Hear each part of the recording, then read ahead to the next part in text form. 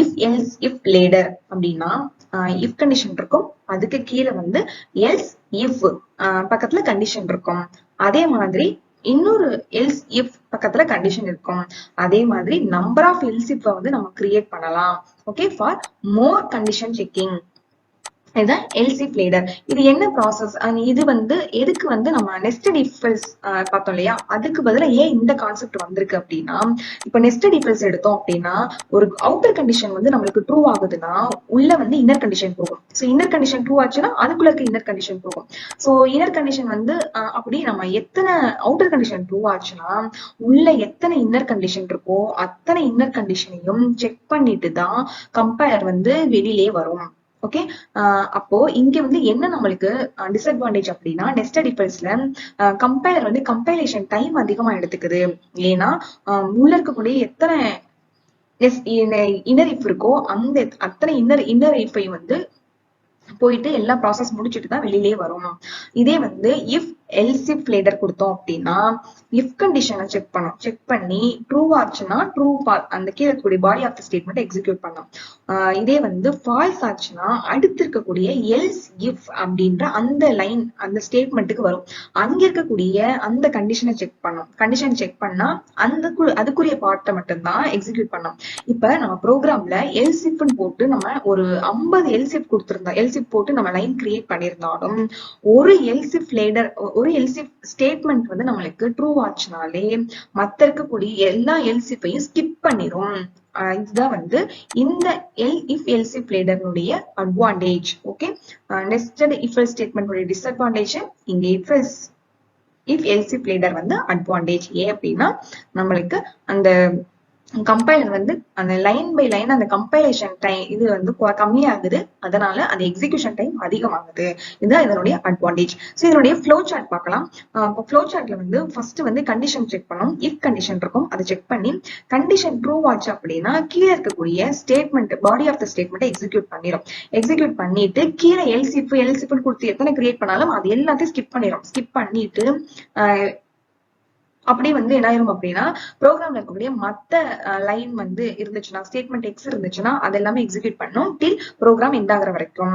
இப்போ if condition check பண்ணுது, condition வந்து ஃபால்ஸ் ஆயிடுச்சுன்னா எல்ஸ் இஃப் பக்கத்துல கண்டிஷன் இருக்கும், அதை செக் பண்ணும். அந்த கண்டிஷன் ட்ரூ ஆச்சுன்னு வச்சுக்கோங்க, உள்ள இருக்கக்கூடிய அந்த body of the statement execute பண்ணிட்டு அந்த எல்சிஃப்க்கு கீழே எத்தனை எல்சிஃப் இருந்தாலும் அத்தனையும் வந்து ஸ்கிப் பண்ணி அங்கிருந்து அப்படியே ஜம்ப் பண்ணிடும். எங்க ஜம்ப் பண்ணிடும்னா ப்ரோக்ராமுடைய மத்த லைன்ஸ் ப்ரோக்ராம் ஸ்டேட்மெண்ட் எக்ஸிக்யூட் பண்ணும் டில் ப்ரோக்ராம் எண்ட் ஆகுற வரைக்கும். ஓகே, இதே வந்து இஃப் கண்டிஷனை செக் பண்ணதுக்கு அப்புறம் அதுக்கப்புறம் வந்து எல்சிஃபை செக் பண்றோம். ஃபர்ஸ்ட் கண்டிஷன் வந்து ஃபால்ஸ் ஆயிருது, அதுக்கப்புறம் எல்சிஃப்க்கு போகும், அங்கேயும் கண்டிஷன் ஃபால்ஸ். அதுக்கப்புறம் நான் ஒரு எல்சிஃப் கொடுத்துருந்தேன் அப்படின்னா அந்த எல்சிஃபை செக் பண்ணும். அங்கே ட்ரூ ஆச்சு அப்படின்னா அது கீழே இருக்கக்கூடிய ஸ்டேட்மெண்ட்டை எக்ஸிக்யூட் பண்ணதுக்கு அப்புறம் மத்த லைன் எல்லாமே ஸ்டேட்மெண்ட் ப்ரோக்ராம் லைன் எக்ஸிக்யூட் பண்ணிட்டு டில் எண்ட் வரைக்கும் எக்ஸிக்யூட் பண்ணும். இதே வந்து இந்த மாதிரி எல்சிஃப் வந்து எல்சிஃப் வந்து நம்பர் ஆஃப் எல்சிஃப் வந்து ப்ரோக்ராம்ல கொடுத்துக்கலாம். இப்போ எந்த ஒரு இஃப் கண்டிஷன் ஃபால்ஸ்னாலும் எல்சிஃப் கண்டிஷன் ஃபால்ஸ், நான் கொடுத்துருக்க number of else if condition false ஆயிடுச்சுனாலும் வெளியில இருக்கக்கூடிய எல்ஸ் பார்ட் எங்கேயாவது இருந்துச்சுன்னா அந்த எல்ஸ் அவுட்டர் இஃப் அந்த இதுக்கு வந்து வந்து அதுக்குள்ள இருக்கக்கூடிய பாடி ஆஃப் த எல்ஸ் வந்து எக்ஸிக்யூட் பண்ணி அதுக்கப்புறம் ப்ரோக்ராம்ல இருக்க மத்த லைனை எக்ஸிக்யூட் பண்ணும் டில் ப்ரோக்ராம் எண்ட் ஆகுற வரைக்கும். இஃப் எல்சிஃப் லேடருக்கு சின்டாக்ஸ் பார்க்கலாம். இதோடைய ஃபர்ஸ்ட் லைன் வந்து இஃப் கீவேர்டோட பக்கத்துல ஓப்பன் பிரேசஸ்குள்ள க்ளோஸ் பிரேசஸ்குள்ள எக்ஸ்பிரஷன் இருக்கும். செக் பண்ணி அங்க ட்ரூ ஆச்சு அப்படின்னா அது கீழே இருக்கக்கூடிய ஸ்டேட்மெண்ட்டை வந்து எக்ஸிக்யூட் பண்ணதுக்கு அப்புறம் அந்த ஒரு பார்ட் ட்ரூ ஆயிடுச்சுனாலே மத்த இருக்கக்கூடிய எல்லா எல்சிஃபையும் வந்து ஸ்கிப் பண்ணிட்டு அப்படியே வந்து ஸ்டேட்மெண்ட் எக்ஸுக்கு வந்துடும். இதே வந்து இஃப் கண்டிஷன் ஃபர்ஸ்ட் செக் பண்ணி அங்க ஃபால்ஸ் ஆயிடுச்சுன்னா அடுத்து எல்ஸ் இஃப்குள்ள போகும். எல்ஸ் இஃப்குள்ள இருக்கக்கூடிய கண்டிஷனை பார்க்கும். அங்கே வந்து கண்டிஷன் ட்ரூ ஆச்சுன்னா அது கீழே கூடிய ஸ்டேட்மெண்ட் எக்ஸிக்யூட் பண்ணிட்டு மத்த எத்தனை எல்ஸ் இஃப் இருந்தாலும் அதெல்லாம் ஸ்கிப் பண்ணிட்டு எல்ஸையும் ஸ்கிப் பண்ணிட்டு அப்படியே ஸ்டேட்மெண்ட் எக்ஸ்க்கு வந்துடும். அதே மாதிரி மறுபடியும் இப்போ வந்து செக் பண்ணும்போது அந்த கண்டிஷன் வந்து ஃபால்ஸ். அப்ப எல்ஸ் அடுத்து இருக்கக்கூடிய எல்சிஃப்க்கு வரும், அங்கேயும் கண்டிஷன் ஃபால்ஸ். அதுக்கப்புறம் இருக்கக்கூடிய எல்சிஃப் வருது, அங்கேயும் ஃபால்ஸ். அதுக்கப்புறம் இருக்கக்கூடிய எல்சிஃப் வருது, அங்கேயும் ஃபால்ஸ். எல்லாமே ஃபால்ஸ். இஃப் ஃபால்ஸ், எல்சிஃப் எல்லாமே ஃபால்ஸ். அப்ப அடுத்து இருக்கக்கூடிய எல்ஸ் பார்ட்டிங்லயும் அங்க வந்துரும். எல்லாமே கண்டிஷன் வந்து ஃபால்ஸ் ஆயிடுச்சுனால எல்ஸ் பார்ட்டுக்கு வந்துட்டு அதுக்குள்ள இருக்கக்கூடிய ஸ்டேட்மெண்ட்டை எக்ஸிக்யூட் பண்ணிட்டு அதுக்கப்புறம் எல்ஸ் எக்ஸிகியூஷன் முடிஞ்சதுக்கு அப்புறம் ஸ்டேட்மெண்ட் டெக்ஸ்ட் ப்ரோக்ராம்ல கூட மத்த லைன் எல்லாம் எக்ஸிக்யூட் பண்ணி ப்ரோக்ராம் எண்ட் ஆகுற வரைக்கும் எக்ஸிகியூஷன் நடக்கும். ஓகே, if else later அப்படின்றது வந்து multi path decision making statement. if later இருக்கு ரியல் டைம் எக்ஸாம்பிள் பார்க்கலாம். இப்போ 11th ஸ்டாண்டர்ட்ல குரூப் செலக்ஷனை பேஸ் பண்ணி இந்த ப்ரோக்ராம் கிரியேட் பண்ணிருக்கோம். சோ இதுல வந்து 3 வேலையை கெட் பண்ண போறோம். ஒன் குரூப் வந்து ஃபர்ஸ்ட் குரூப்பா, செகண்ட் குரூப்பா, தேர்ட் குரூப்பா கெட் பண்ணி 10th மார்க்கையும் கம்பேர் பண்ண போறோம். ஓகே, சோ ஃபர்ஸ்ட் கண்டிஷன் வந்து இஃப்ல வந்து குரூப் கெட் பண்ண அந்த குரூப் வேல்யூ வந்து ஈக்குவல் டு 1 செக் பண்ணுது. அதுக்கப்புறம் மேக்ஸ் வேல்யூ கெட் பண்ண வேல்யூ வந்து 75 இல்ல அதுக்கு மேற்பட்டிருக்கான்னு பாக்குது. இப்போ இந்த குரூப் ஈக்குவல் டு 1 இந்த மேக்ஸ் கரெக்ட்னா ஈக்குவல் டு 575 இந்த ரெண்டுமே எனக்கு ட்ரூ ஆனாதான். ஏன்னா ஆம்பரசன் அப்படின்னா ரெண்டுமே எனக்கு ட்ரூவா இருக்கணும்னு அர்த்தம். சோ ரெண்டுமே எனக்கு ட்ரூவா அப்படின்றத பார்ப்போம். ரெண்டுமே ட்ரூனா அந்த ஹோல் பார்ட்டும் ட்ரூ. ஓகே, அதுக்கப்புறம் இன்னொரு ஒரு பார்ட் இருக்கு, குரூப் ஈக்குவல் டு 1. இன்னொன்னு science Gretna equal to 75.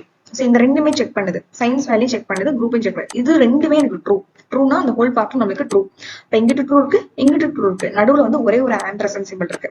Okay, ட்ரூனா நம்மளுக்கு 1, இங்கிட்ட இருக்க ட்ரூனா நம்மளுக்கு 1. அப்போ 1 ஆம்பரசன்னா இன்ட்டுன்னு அர்த்தம். அப்போ 1 into 1 1 1 என்ன ட்ரூ. அப்ப அந்த ஹோல் இஃப் கண்டிஷன் நம்மளுக்கு ட்ரூ. ஓகே, அப்ப ட்ரூனா அதுக்குள்ள இஃப்க்கு கீழே இருக்கக்கூடிய இந்த body of the if you are eligible for 1 first group அப்படின்றது டிஸ்பிளே ஆயிடும். ஓகே, அப்ப இது நம்மளுக்கு இந்த இஃப் கண்டிஷன் ட்ரூ ஆச்சுன்னா அதுக்கு கீழே இருக்கக்கூடிய எல்சிஃப் நம்ம எத்தனை எல்சிஃப் கிரியேட் பண்ணியிருந்தாலும் அது எல்லாமே ஸ்கிப் பண்ணிடும். இப்ப நம்ம இங்க கிரியேட் பண்ணிருக்க இந்த 2 எல்சிஃப் பாடி வந்து ஃபுல்லா ஸ்கிப் பண்ணிட்டு எல்ஸ் பாடியும் ஸ்கிப் பண்ணிட்டு ப்ரோக்ராம் எண்ட் ஆகுற வரையும் எக்ஸிக்யூட் பண்ணிட்டு போயிடும். இதே வந்து ஃபர்ஸ்ட் இருக்கக்கூடிய இந்த இஃப் கண்டிஷன் பக்கத்துல இருக்க கண்டிஷன்ல ஏதோ ஒண்ணு தப்பாயி நம்மளுக்கு ஹோலா நம்மளுக்கு கண்டிஷன் ஃபுல்லா தப்பாயிடுச்சு அப்படின்னா அடுத்து இருக்கக்கூடிய எல்சிஃப்க்கு வருது, கம்பைலர் எல்ஸ் இஃப்க்கு வரும். அங்கே வந்து கண்டிஷன் செக் பண்ணுது, ஹோல் கண்டிஷனை செக் பண்ணி அந்த கண்டிஷன் ட்ரூ ஆச்சுன்னா உள்ள இருக்கக்கூடிய இதை பிரிண்ட் பண்ணும். இதே வந்து அந்த கண்டிஷன் வந்து ஃபால்ஸ் ஆயிடுச்சு அப்படின்னா அடுத்து இருக்கக்கூடிய எல்ஸ் இஃப்க்கு வரும். அந்த கண்டிஷனை செக் பண்ணுது, அந்த கண்டிஷன் ட்ரூ ஆச்சுன்னா உள்ள இருக்கக்கூடிய இந்த பாடி ஆஃப் த பிரிண்ட் அப்ப பிரிண்ட் பண்ணிட்டு வெளியில வந்து வரும். இல்ல அந்த எல்ஸ் இஃப்பும் ஃபால்ஸ் ஆயிடுச்சு அப்படின்னா எல்ஸ் இருக்கு இல்லையா, எல்ஸ்குள்ள இருக்கக்கூடிய அந்த பாடி ஆஃப் த எல்ஸ் வந்து எக்ஸிக்யூட் ஆகும். சோ இதுதான் வந்து இஃப் எல்சிஃப் லேடருடைய ப்ராசஸ். ஓகே, இது இந்த இஃப் எல்சிஃப் லேடர்ன்றது என்ன யூஸ் அப்படின்னா இப்போ ஒரு இஃப் கண்டிஷன் நம்மளுக்கு ஃபால்ஸ் ஆச்சு அப்படின்னா அடுத்து எல்சிஃப் எங்கேயும் அங்க போகும். ஓகே, அந்த ஒரு எல்சிஃப் நம்மளுக்கு ட்ரூ ஆச்சுனாலே மத்த எத்தனை எல்சிஃப் கொடுத்திருந்தாலும் அதை எதுவுமே கண்டிஷனை செக் பண்ணாம கண்ணை மூடிக்கிட்டு அப்படியே வந்து மத்த ப்ரோக்ராம் மத்த லைனை மட்டும் எக்ஸிக்யூட் பண்ணிடும். ப்ரோக்ராம் எண்ட் ஆகிற வரைக்கும் எக்ஸிக்யூட் ப்ராசஸ் முடிச்சா வேற எந்த கண்டிஷனுமே செக் பண்ணாது.